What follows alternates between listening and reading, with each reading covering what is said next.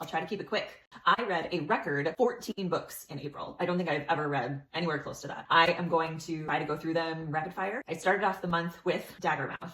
This is a quite dark dystopian, a lot of violence. This impoverished assassin from the Outer Rings gets sent into the city center to assassinate the president's son, who is the person who is performing daily executions as a way to keep society in line. It doesn't go as planned. They're forced into an arranged marriage, and there's just a lot of political pieces trying to topple the whole thing down. Sorcery and Small Magics. This was a fun, more lighthearted story about these two magic users who are in their final year of like college for magic. One of them is sort of a jokester who's not really taking things very seriously, and the other one is quite skilled and talented, and they're sort of rivals at school. They do not get along, but they get bound together and end up going on a quest. This is a queer fantasy romance. It was an enjoyable little read. The Vanished Birds. This is an epic sci-fi fantasy space opera spanning millennia. It talks about time travel and colonialism and fighting corporate power, and it is quite a large scale story. The Science of Breakable Things. This is a middle grade novel that was recommended to me by my nephew. It is a sweet story about this middle grade girl who is going through her science class and learning the scientific method and learning who she is, but it's also a story about mental health